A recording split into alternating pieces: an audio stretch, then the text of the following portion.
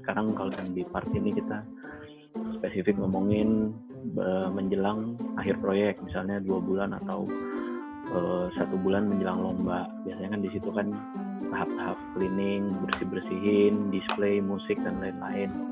Nah, di sini kita mau sharing-sharing biasanya metode kita gimana sih untuk bersih-bersih gitu. Dan dimulai dari Egi dulu deh. Biasanya kalau aku sih selama ini kalau udah deket lomba itu biasanya datangin konsultan. Itu yang sampai sekarang masih dilakukan sih, biar dapat banyak masukan juga. Maksudnya kan kadang-kadang ada hal-hal yang terjadi di lapangan yang menurut kita itu udah cukup atau mentok atau mungkin butuh masukan baru dari sudut pandang lain. Nah, makanya dipanggil konsultan. Ada lagi nggak? Apalagi ya? Ya biasanya ini sih ngelihat masalah-masalah yang ada di lapangan, termasuk masalah-masalah personal sih. Karena kalau buat aku pribadi, kalau ada 1 atau 2 orang yang mungkin visinya menjelang lomba itu udah mulai beda atau turun dari yang lain, nah itu harus cepat diselesaikan, karena cepat atau lambat itu bisa pengaruh ke kesolidan tim sendiri gitu. Nah, itu yang mungkin cepat dicari, cepat melihat situasi, terus cepat diselesaikan, carikan solusinya, biar bisa balik lagi ke tujuan awalnya sama-sama. Spesifik metode teknisnya apa? Kalau teknis sih itu ya tergantung dari program sama pelatihnya juga. Maksudnya tiap habis latihan kan kita biasanya ada rapat atau briefing buat besok mau ngerjain apa. Ya misalnya kita besok mau bahas hari ini mau bahas lagu 1 gitu, karena udah dekat lomba, mungkin lagu 1-nya agak di prioritas dulu karena masih ngejar lagu 4 sebelumnya karena kita harus balik ke lagu 1. Ya biasanya cari bagian-bagian yang mungkin sebelumnya masih banyak masalah, misalnya di frase tertentu, itu yang jadi prioritas dulu buat nyelesainnya gitu. Ya baik itu di latihan seksional atau saat gabungan dengan section lain. Kalau aku sih biasanya nyebutnya waktunya minor lah, bagian-bagian yang emang dicari masalahnya sampai ke akar-akarnya, terus diselesaikan di sana gitu. Kalau misalnya ada yang rasanya pencapaiannya nggak akan terkejar sampai ke lomba, mungkin harus di downgrade gitu, harus diturunin tingkat kesulitannya. Gantian nih, kalau misalnya dipilah teknis non teknis, mungkin cuma nambahin dari Kak Egi kali ya, soalnya ininya sama. Kalau misalnya non teknis nih ya, biasanya kan pemain-pemain kalau udah mendekati lomba tuh adrenalinnya tinggi, latihan tensinya tinggi. Kalau aku kadang menyadarkan kayak gitu tuh, tangan boleh panas, hati boleh panas, tapi kepala tetap dingin. Banget. Hah? Kenapa? Kasih reaction dulu. Kasih. Soalnya kadang pemain suka lupa, sama pelatih juga kadang lupa. Maksudnya itu yang bikin suasana jadi nggak nyaman toh, dan bisa jadi berpengaruh ke nggak bersih karena mainnya nggak tenang, nggak nyaman, terus jengkel ke temannya kayak yang Kak Egi bilang, biar segera bisa diselesaikan ketika semua sadar posisinya. Kalau itu memang ya namanya mau lomba, orang semua pusing, duit belum ini, kostum belum ini, materi belum ini, semua tensinya tinggi. Kalau semua sadar kalau yang penting kepala harus tetap dingin biar bisa tetap mikir, pasti mereka jadi sadar, oh iya aku harus tetap tenang. Itu sih kalau yang non teknis. Kalau yang teknis kadang beberapa kali aku ngajak orang buat bantu atau nyuruh orang buat nonton. Nah kalau di sini kan kebetulan yang di band yang aku magang dari kemarin kan deket-deket sama pelatih lain gitu. Sering tak suruh datang. Mau itu lawan, mau itu kawan, tak suruh datang. Begitu kelihatan langsung tak samperin, gimana ada masukan. Ya bodo amat itu, mau itu lawan mau apa tak tanyain. Soalnya kadang ya itu kalau mau datengin konsultan kadang duitnya nggak ini ya. Nah, akhirnya kayak gitu. Itu secara ini sih, secara biar mereka masukan, terus menyegarkan aku juga sih, saya refresh, ternyata kurang ini. Terus kalau untuk pembersihannya sendiri, ngelihat displaynya juga kalau displaynya itu ketutupan beras gitu atau dari depan baterainya nggak terlalu kedengeran, itu biasanya aku nggak peduliin kotor apa enggak. Itu kadang ayo udah nggak ini loh. Tapi kalau tempatnya kebuka, jurinya bisa masuk, itu drum break, wah itu harus selesai. Berarti nyusun prioritas dulu ya. Yoi. Kalau mau dibersihin juga semua makan waktu, terus nanti bisa jadi malah kontennya turun banyak. Makanya aku kadang ngelihat kalau displaynya ini, terus aku memposisikan nonton dari depan, misalnya ada Joy dari jauh, cuman bisa lihat stickingnya doang. Ya udah, suaranya terlalu kedengeran, biar dibaca stickingnya aja. Misalnya gitu, aku juga nggak tahu sih itu bisa berlaku nggak kalau juri, aku nggak ngerti, tapi di kepala aku bilang gitu. Itu terus pakai HT itu kadang tak pasrahin ke orang yang bisa tak ajak, bisa juga tak kasih ke anak-anak, ke section leader tuh. Jadi aku kontrol dari depan. Kalau dari depan tuh bersih, biasanya dari dalam tuh kotornya dikit-dikit tuh. Kalau dari jauhnya bersih, dari dekat biasanya kotornya cuma dikit. Nah itu tak konfirmasi ke pemain. Gimana tadi bagian ini kotor apa enggak? Nanya ke mereka. Kalau mereka sadar itu kotor, seenggaknya merangsang mereka kalau jadi itu tadi kotor. Jadi tumbuh kesadaran dulu. Paling susah tuh kalau mereka nggak sadar itu salah. Karena itu paling susah kan. Mereka nggak sadar kalau itu kotor atau itu salah. Nah itu yang aku mau hindari dengan cara ya menumbuhkan kesadarannya mereka.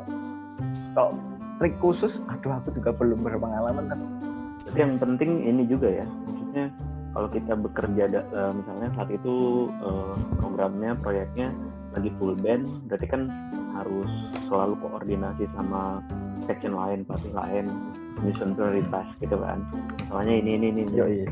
Ini masalahnya masalah spesifik satu section atau masalah spesifik misalnya di battery aja gitu, ya kan? Berarti kan harus nyusun prioritas. Soalnya memang kadang-kadang biasanya kalau udah kayak gitu, kadang rasanya tuh pengen benerin semua tapi waktunya nggak cukup gitu. Memang bener sih, memang harus benar-benar nyusun prioritas, harus menyesuaikan target dengan section lain juga gitu.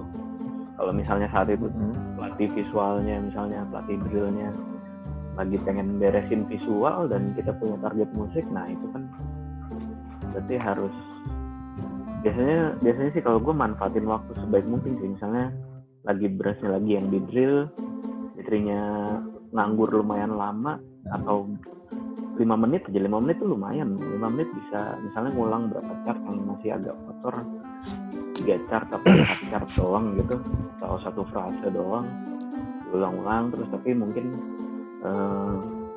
sambil pakai pad atau mainnya di rim doang gitu, jadi nggak mengganggu section lain. Itu bisa juga ya. Pokoknya waktu 5 menit itu di lapangan sangat berharga ya, bisa ngulang 5 kali beberapa chart gitu. Kalau lu gimana Gi? Misalnya biasanya kan kalau udah akhir-akhir kan targetnya bisa berubah-berubah kan. Maksudnya hari ini 2 hari bisa lagu 1, terus tiba-tiba besokannya lagu 2, besokannya lagu garap closernya. Nah itu gimana tuh nyesuaiin antara target battery dan target besarnya gitu, target besar secara tim keseluruhan. Kalau aku sih biasanya ngikutin apa yang udah disepakatin di awal dulu sih. Maksudnya misalnya dalam seminggu ini, dalam bulan ini kan misalnya tinggal 2 bulan nih, terus kita masih di bulan pertamanya. Itu ya kalau di bulan terakhir itu pasti banyakan run lah, dibanyakan di lapangan displaynya gitu. Itu waktu buat sectional mungkin udah minim banget. Itu biasanya aku manfaatin di 2 bulan sebelum lombanya. Ya tiap malam itu pasti ada briefing sama pelatih yang lain. Ya aku berusaha buat ngikutin apa yang udah disepakatin di saat kita briefing gitu. Besok mau nyelesain apa dulu, besok jadwalnya kayak gimana, coba ngikutin itu dulu. Nanti kalau ada waktu-waktu mungkin yang kita bisa manfaatin buat nyelesain masalah yang mungkin nggak terbahas di malam sebelumnya, ya di sana gitu. Dan juga sekalian ngasih tahu ke anak-anaknya, mungkin ada bagian-bagian yang nggak sempat kesentuh. Nah itu dikasih tanggung jawab ke mereka, besok kita cek lagi gitu. Paling biasa gitu. Jadi berusaha buat saling bagi tanggung jawab sih sebenarnya. Ya, berarti misalnya lusa targetnya lagu 1 gitu. Target keseluruhan. Berarti baterainya juga fokusnya akan ke situ ya, nggak apa yang lain. Iya. Walaupun misalnya lo Nggak merasa kayak di lain lagu dulu. 4 ada masalah juga banyak gitu. Misalnya. Iya. Mungkin belum. Tapi tetap akan dikasih tahu selain target buat besok, sebenarnya kita masih punya banyak masalah di lagu lain gitu. Nah, itu coba diselesaikan sendiri dulu. Nanti pas waktunya itu kita sama-sama nyelesainnya gitu. Oke. Rizal? Sama sih ininya. Kadang kalau aku kadang ngerekam mereka main itu loh. Jadi kadang satu rekam video, satu rekam ini. Misalnya yang sering di bawah aku, karena aku lumayan apa displaynya, terus nanti temanku minta tolong rekam di atas. Nah, rekamannya nanti digabungin jadi satu. Terus digabungin satu. Jadi mereka bisa dengar versi suara jauh sama versi suara dekat. Okay. Tapi aku nggak komen, mesti nggak komen ini kotor ini enggak, tapi langsung tuh ini dan mereka ini balik lagi ke menyadarkan mereka tahu itu salah apa enggak itu. Terus kalau si yang lain-lainnya sama persis sama kayak itu nyesuaiin itu juga sama kadang. Berarti ngikutin target besar ya? Ngikutin meskipun saya movement 1 bersih gitu udah nggak salah, ya tetap ikut itu. Seenggaknya nge-review tambah visual mungkin di jam seksionalnya garap lagu yang akan digarap bareng-bareng.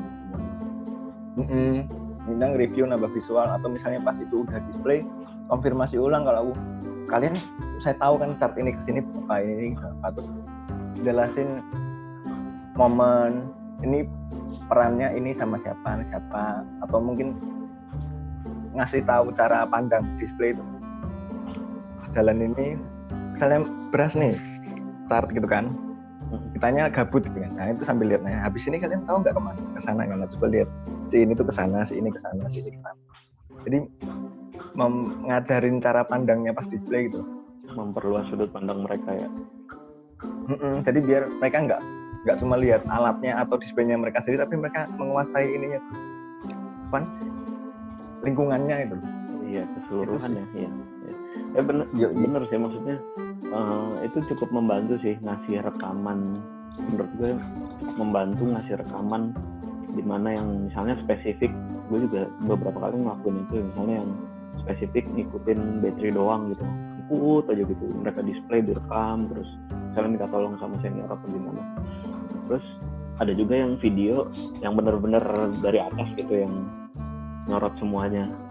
Sebenarnya dengan kayak gitu menurut gue pemain itu walaupun misalnya di battery dia juga harus punya sudut pandang yang luas. Jadi maksudnya bukan cuma sempit sudut pandangnya cuma ngelihat dia sebagai pemain battery doang gitu, tapi posisi dia di dalam ensemble itu lagi di mana gitu.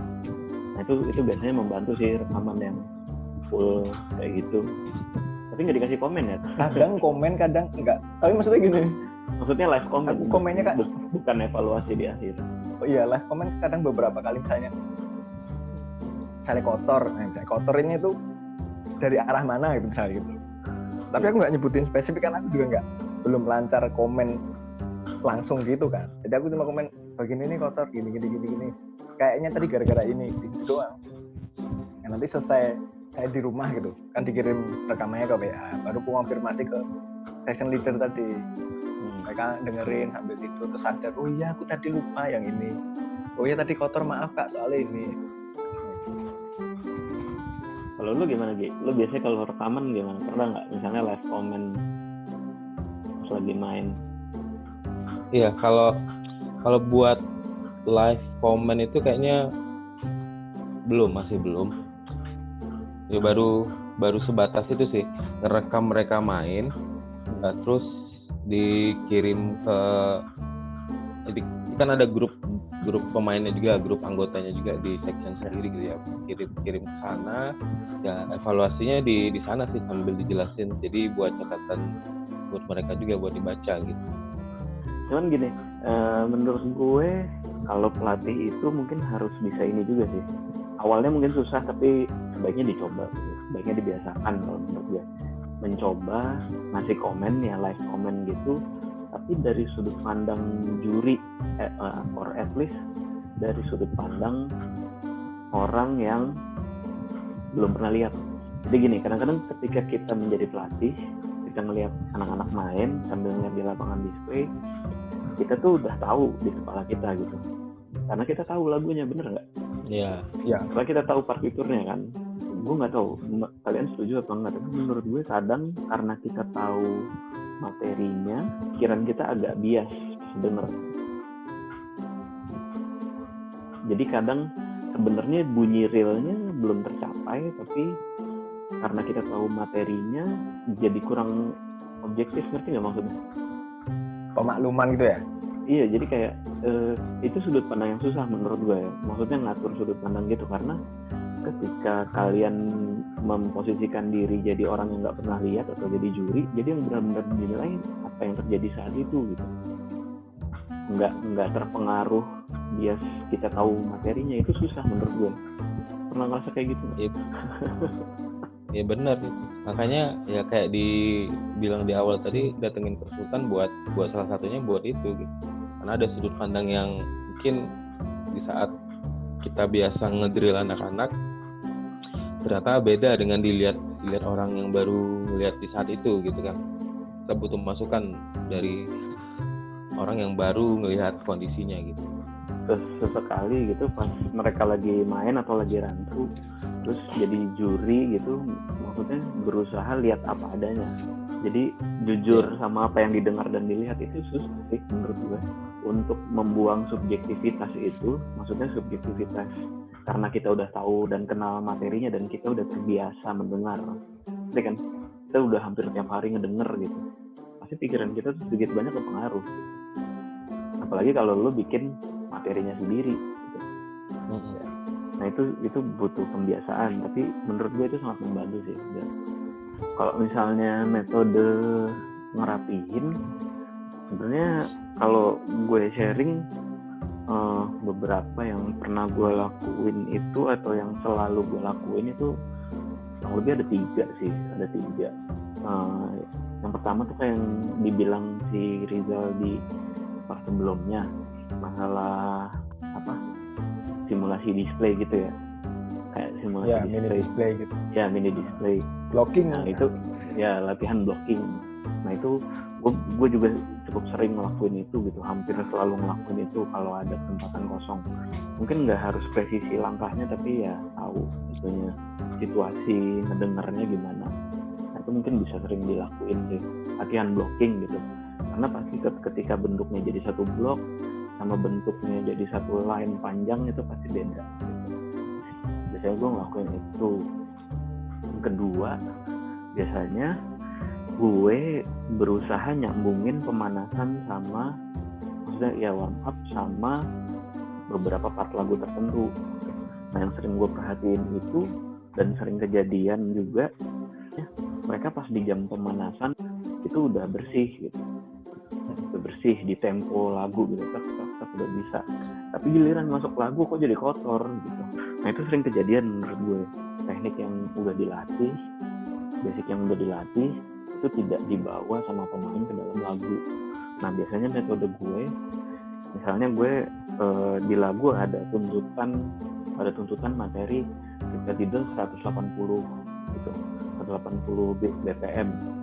Nah itu ntar misalnya jam pemanasan gue selalu sempetin, misalnya main pemanasan triplet middle atau triplet roll gitu pakai tempo sesuai lagu 180, terus gue jedain berapa 4 beat, terus langsung masuk bagian lagu yang ada triplet rollnya itu. Jadi misalnya main triplet roll yang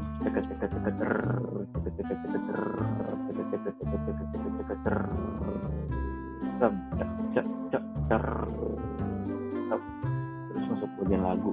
Nah itu harus ditekanin ke anak-anak untuk pakai gerakan yang sama, pakai pendekatan yang sama, pakai cara mukul yang sama di pemanasan sama di lagu gitu. Jadi teknik yang udah dilatih, yang udah dibersihin bisa terbawa ke lagu. Soalnya sering banget nggak kebawa gitu ke lagu. Mau teknik apapun itu, paradiddle gitu, apa gimana. Itu kemarin gue lakuin juga di BCK sama si Egi bareng. biasanya dilakuin juga di Listia, di UI juga. Menurut gue itu lumayan efektif gitu, lumayan efektif untuk ngebantu ngebersihin materi lagunya. Terus itu yang kedua. Yang ketiga itu gue sering nyoba ghost metronom sih. Biasanya ini dilakuin ketika udah cukup stabil temponya, ketika pemain udah mulai menguasai materinya gitu kan. Ghost metronom tuh metodenya gini, gue pernah ngelakuin ini di Listia di Cirebon. Jadi biasa run through satu lagu misalnya, main pakai metronom nyala, terus biasa mereka run through satu lagu selesai gitu. Nah terus istirahat, kesempatan berikutnya gue coba, sebenarnya ini dilakuin dari jam pemanasan juga sih biasanya. Jadi dicoba, waktu itu gue pernah nyoba satu lagu itu, lagu yang sama, setelah mereka run through pakai metronom, volume metronomnya gue kecilin, jadi cuma kasih patokan di awal temponya segini, cep. Nah terus pas mereka udah mulai aba-aba tuh agak pas mulai main, volumenya gue kecilin, cuman gue doang yang bisa denger. Nah di situ gue dengerin tempo mereka main live sama tempo metronom yang bunyi. Nah gue pernah nyoba berapa kali, itu berhasil. Mereka bisa sepanjang lagu bisa ngejaga tempo sesuai metronom yang gue dengerin saat itu. Nah itu kan tandanya mereka udah bisa stabil temponya, udah nggak bergantung sama metronom gitu. Nah biasanya metodenya supaya bisa mencapai tahap itu biasanya dibiasain dari pemanasan. Jadi misalnya dari 8816 kita nyoba tempo 180 misalnya, 8816 plus single stroke ya, gede-gede misalnya tadinya 180 di misalnya 3 kali ngulang pakai metronom biasa. Nah terus pengulangan berikutnya temponya biasanya gue bikin jadi cut time, jadi setengahnya, jadi 180 jadi 90 gitu kan. Jadi setiap beat ganjil diulang sampai 3 atau 5 set diulang bisa. Nah di situ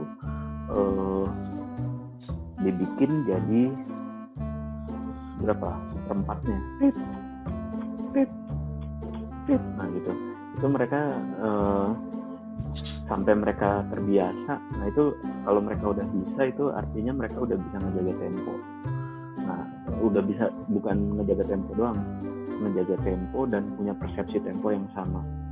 Kalau udah punya persepsi tempo yang sama, biasanya sebagai pelatih kita lebih gampang, dari pengalaman gue sih, kita jauh lebih gampang untuk ngebersihin. Benar nggak? Kalau persepsi tempo antar pemain yang udah sama, itu sih paling kalau dari gue mau ngasih tips terakhir sih. Sebenarnya kayak pelatih itu juga harus, sekarang tuh udah zamannya pelatih musik itu harus ngerti visual juga. Jadi pelatih battery juga harus mulai memperhatikan drill gitu. Karena kadang-kadang masalah yang terjadi itu bukan cuma masalah musik, tapi biasanya musiknya juga kotor karena masalah drill gitu. Jadi dari program basic sampai menjelang lomba memang harus diperhatiin banget drillnya. Kalau sempet tracking,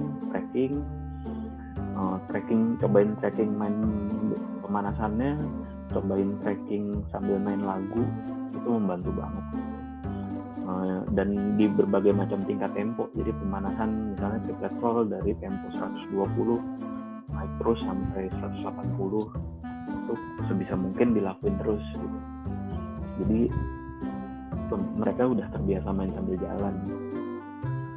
Gue soalnya kalau sebagai juri, kalau ngelihat band yang cara berdirinya udah salah nih, udah bisa nebak nih kasih main. Iya, kadang emang harus pelatih harus ngerti masalah fisik itu juga kali ya, pengembangan fisik atau otot. Kan kadang kalau kayak Gayatri gitu, temponya ngelambat tuh karena kakinya yang ngelambat, manuvernya sulit gitu kan. Ya. Alatnya makin lama makin berat. Atau kadang mereka belum nyaman sama display atau visualnya. Kadang kan visual juga, ya kan.